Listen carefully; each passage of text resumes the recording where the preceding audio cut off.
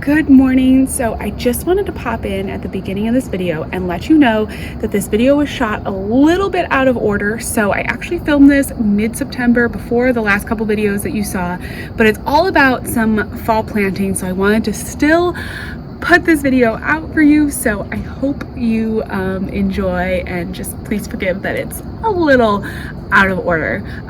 Anyways, I'll put it in now. Hey there, welcome to the garden. As you can hear, I'm a little congested. I'm getting over a cold, but it is such a beautiful evening in the garden, and we made so many changes out here. I just wanted to kind of show you what it's looking like. It's such a perfect fall afternoon. We're getting into the most beautiful fall weather. Today was gorgeous, and the garden is just looking so pretty.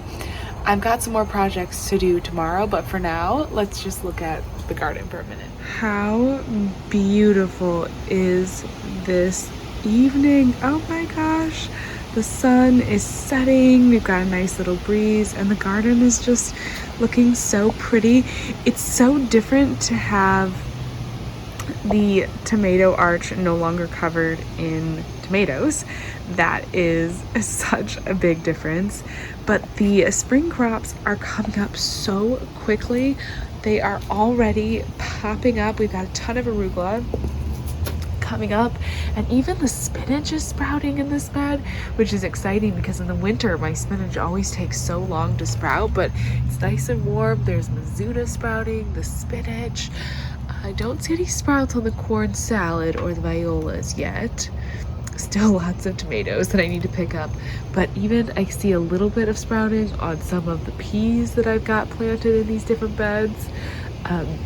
We've had a nice couple days of rain, so the garden is just so happy with all of the rain that we've gotten, which has been really nice. And of course, whenever you plant seedlings, it's just really nice if you have some rainy weather, because it makes it that much easier to, just handle all of the watering and everything. And lots of things coming up over here in the unheated greenhouse space as well.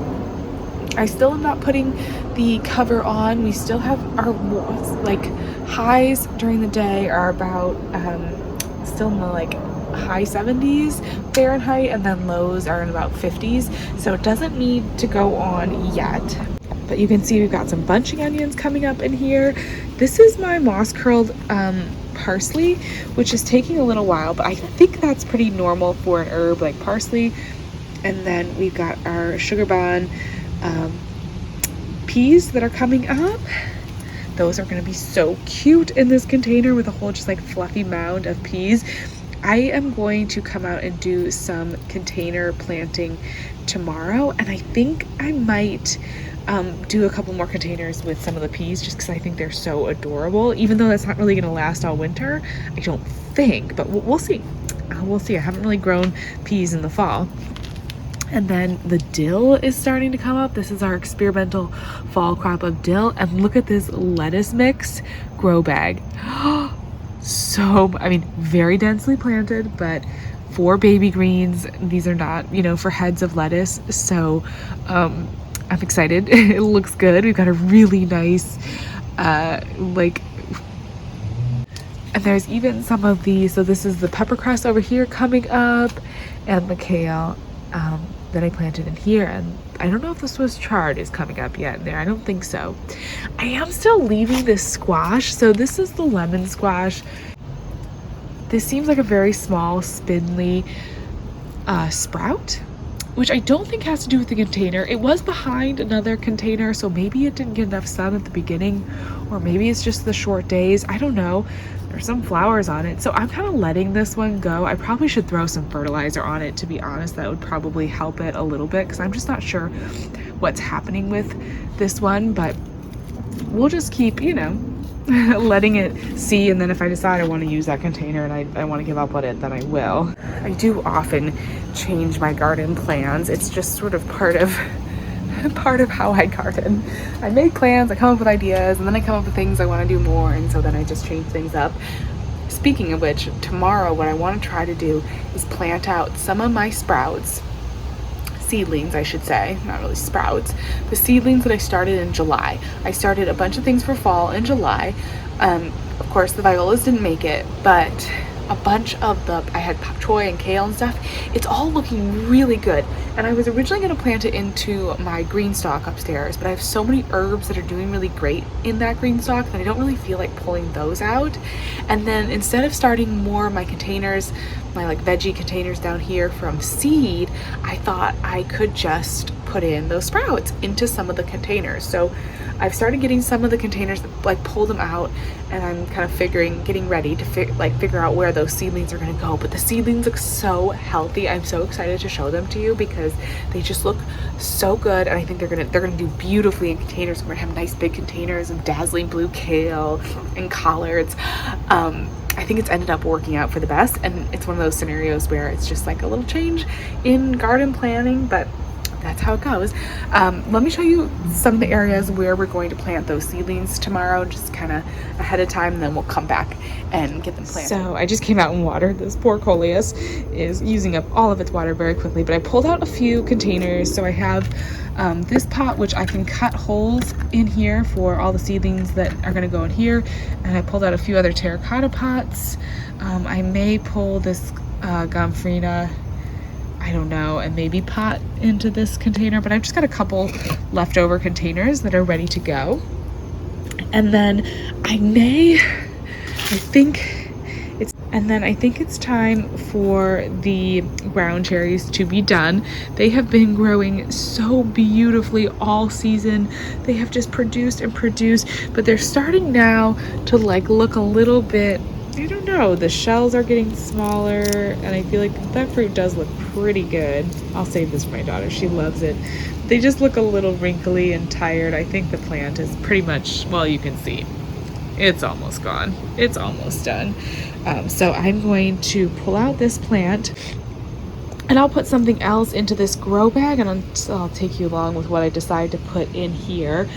This has been such an incredibly productive plant, one ground cherry plant, and it has just produced and produced. And even though I'm not a big fan of these ground cherries, my daughter loves them. She absolutely adores them. So I will always do this. And I guessed in the spring that putting it here where they would just fall onto the patio would be the best way to do it. And it has been so easy because for harvesting, you just, pick them up. That one's not really ready yet, but the brown, you want it to be really brown, not green. But they just fall down, and you can just go in there and grab them, and it's so easy. So that was that really worked out. That was a really good decision to have them all just in this grow bag right here. Perfect container plant. And I mean, it's been so happy. It has produced as many ground cherries as we need, a good handful every day for my daughter to enjoy in this 15-gallon grow bag. It is pretty much the only thing growing in here. There's a cucamelon in here as well, but those are the only two things.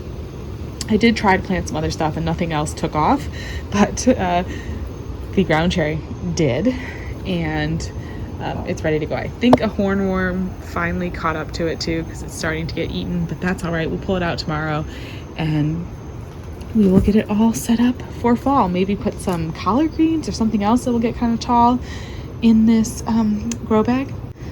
So I will check in with all those updates tomorrow, and we'll get the seedlings planted in the containers. But for now, just a beautiful, beautiful evening in the garden. The coleus, this is a campfire coleus, is looking so lovely. I just need to pinch off a couple little flowers. You can tell, so this one has been in more shade, and then over here, this is the campfire coleus in a bit more sun. Definitely is beautiful either way, but that color, stunning. And there's the angelonia and the really pretty petunias. Lots of things growing in all the containers. I'm just loving this like fall garden look. All right, good morning. It is now the next day. I've got my coffee, some seeds, because I can't come down to the garden right now without seeds. It seems like there's always something that I want to pop into a container or into the ground. And then all of the seedlings. How good do these seedlings look? So all of these I started in July, And I have found for my area that starting things in July is just about perfect because they get to about this size by here we are in the middle of September, and they're ready to go out. We've got some snapdragons. These are the apple blossom snapdragons, which I will be honest, I forgot that I started these. So I think I might find a spot in one of the raised beds for some of these. This is a really cute pak choi, a mix of mustard greens, Georgian southern collards, and dazzling blue kale. Now the dazzling blue kale will get huge and it will get beautiful. So I definitely want to put some of these in containers. And I'm trying to figure out now, like, how much extra room I even have. This I'm going to move because this is going to be part of my in-ground planting. Put these over here. This will be perfect. We're gonna eventually here pull all this stuff. Maybe I won't put it on top of it. We'll eventually pull all of these things out and put something in here for winter, maybe some violas or something under the cover, but I'm not quite there yet. And I want to do a lot of violas in here, like in here where the basil is and everything, but we'll see. I might put a few like bok choy in the front of the raised bed, depending on how many containers we pull out. I also might put like a little mizuna, I thought maybe in the corners, and then do violas in front of that cloche right there. So we're gonna play around with this a little bit. Garden plans are for changing, but I want to do this big container with maybe some mustard and collard greens, and then I remember I needed to pull out the ground cherry.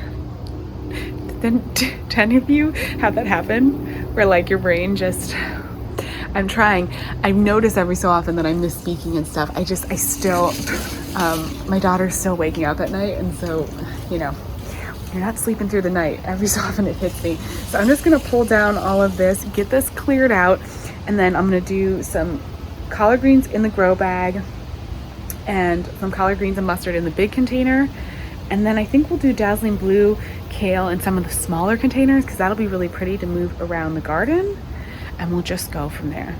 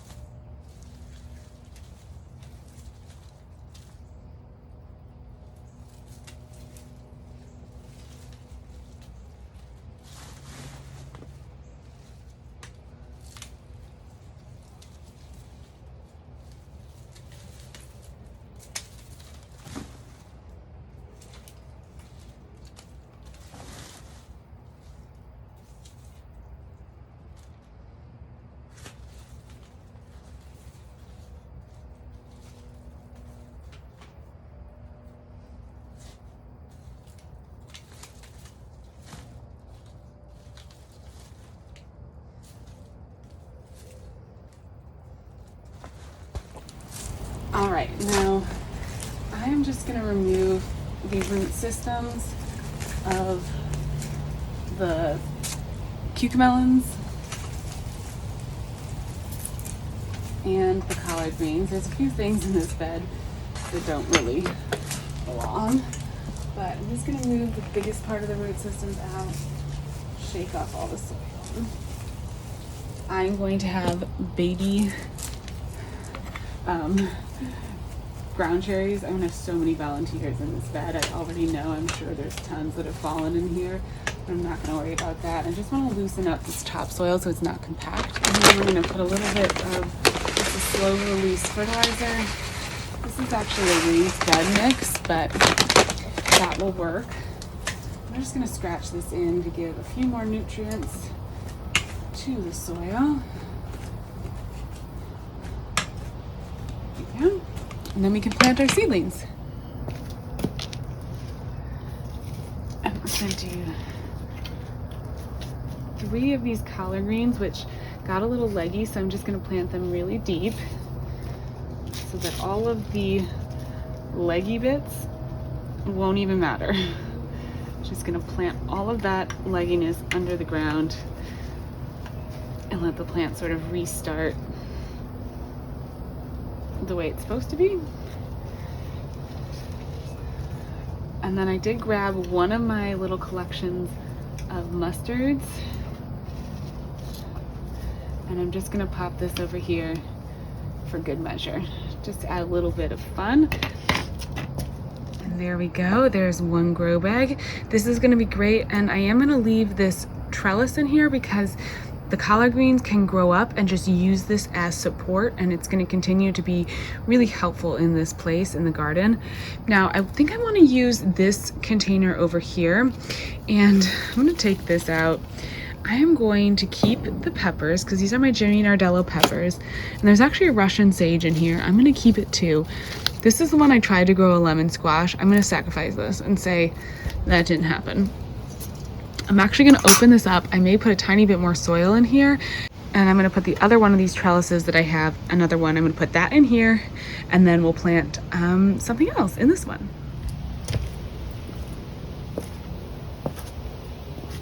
All right, now I'm going to put my dazzling blue kale, I think, in this container actually, at least a few. So I'm just going to add. This potting mix is pretty good in the base, but I'm going to add just some new fresh potting mix to the top.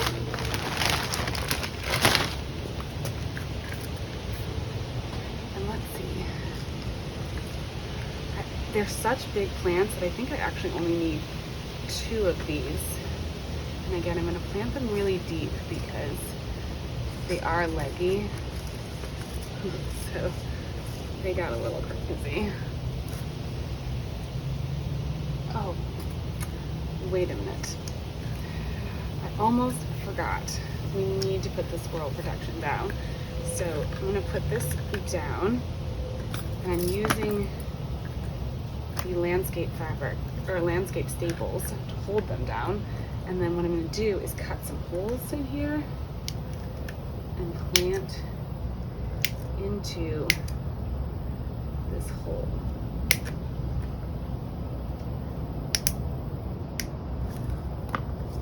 And that's the nice thing about having like a little plug like this, is hopefully I can just go right into that hole. And the plants can go right through that.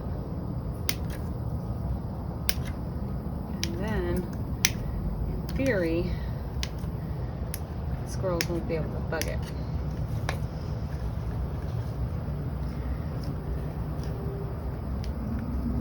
Still going to try to plant them as deeply as I can because, as I said, they're really leggy, so I want them to plant it deeply. There we go. Good. Protected from the squirrels. And I ended up just filling this with Mizuna because I tend to find that it gets really big, so I think that'll be interesting to see how that goes. Now, I don't have any chicken wire over this container. You can see I've got a staghorn fern that needs to get situated over here, but I didn't put any chicken wire down here. I may cut up some strips and put them around the different collard greens just so that the squirrels can't dig in there. So I need to come back and handle that. And I don't know, they're probably going to get into the Mizuna as well. So I may have to come back and try to figure out sticking a little bit of chicken wire in and around the Mizuna too. But I think this actually worked really well over here for the dazzling blue kale. And they look small now, but this is a huge plant. These are gonna get really big, and I'm just gonna let them fill up this container. I think that's gonna be great. I'm gonna do, I think, let's see. I've got a few more dazzling blue kale leaves, and I actually think they'd be really pretty on either side of this raised bed. So I think I'm just gonna take the dazzling blue kale over there and plant it into the raised bed. I think that'll be actually really gorgeous. All right, someone will come from their nap. So I'm gonna go inside and do some other things, but I did get the kale planted. So the kale is planted in either corner of this bed, and this bed is a little silly because I've got like the milkweed out right in the front of the bed, but I wanted to leave that for the monarchs just in case. And isn't it pretty too? Started this from seed in like January in the Unheated Greenhouse, which was a perfect place to start milkweed. It did super well and looks gorgeous. Just, you know, took its time all season, but now is looking really pretty. And then of course we've got the Mexican sunflower over here too, which is still getting really tall and starting to bloom and really takes off here in the fall. It's one of the most beautiful parts of the fall garden. I love having that there. So now there's kind of some kale at the base, which will also kind of fill in either side of that raised bed, and I think be a really cute, sort of sweet little capstone to each side. I think that'll be nice. And then I'm going to come out probably some other time this week, and I'm going to plant the rest of these seedlings. We've still got some pak choy and the snapdragons and the bunching onions, so I'll probably be the next video. We'll get all that planted, and then I also have some seeds that I want to get planted too, so stay tuned for all that. I will give you the updates when I get those in the ground and in containers. I do feel kind of like this push to get everything planted before the sunlight really goes away and before it starts getting too cold, so I am kind of trying to rush to get all those planted, but I will take you with me and I will show you where those all end up going. But for now, I think I'm going to wrap up this video here with just getting these big grow bags planted, which is pretty exciting. I wanted to get them cleared out, and I think it's going to look really nice. Mustards and collard greens are going to get huge, and they're going to be really beautiful. Same with the dazzling blue kale over there. And so now I just need to water them in, and then they'll be all set. But going to be a really delicious plant to have in the winter for some winter salads or some different wraps. They are going to get pretty tall, so having the support is actually going to be really perfect. Anyways, I am just gonna water them in and that'll be it for today. Thank you so much for watching, and I'll talk to you again soon. Bye bye.